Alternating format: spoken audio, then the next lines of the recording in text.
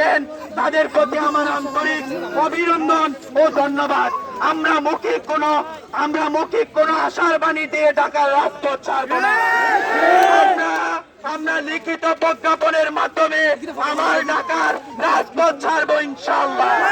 এই পর্যন্ত আমাদের লিখিত প্রজ্ঞাপনের নির্দেশনা না আসে মাননীয় মন্ত্রী মহোদয়, এই পর্যন্ত আমরা ঢাকার রাজপথ ছাড়বো না ইনশাআল্লাহ।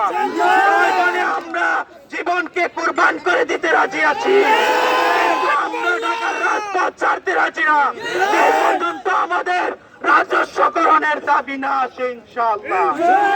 আমার সহকর্মীগণ সবাই দূর দূরান্ত থেকে এসেছেন মাননীয় প্রধানমন্ত্রী, মাননীয় মন্ত্রী মহোদয়, দেখেন আমরা কত মানবতার জীবন যাপন করেছি মাননীয় প্রধানমন্ত্রী মহোদয়, আমাদের দিকে একটু সুনজরে তাকান। 400 উপরে আছে 200 কোটা, তাদের দিকে একটু নজর দেন।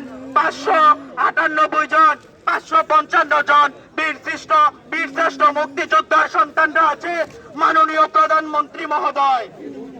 200 জন প্রতিবন্ধী আছে।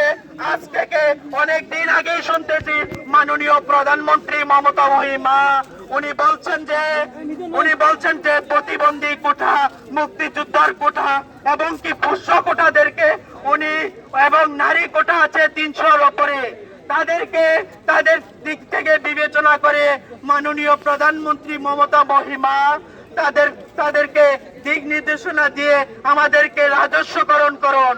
আমাদের একটাই দাবি, আমাদের চাকরি রাজস্বকরণ চাই। সহকর্মীরা এসেছেন অনেক দূর থেকে, তাদের প্রতি আমরা আন্তরিক শুভেচ্ছা ও ধন্যবাদ। জয় বাংলা, জয় বঙ্গবন্ধু, জয়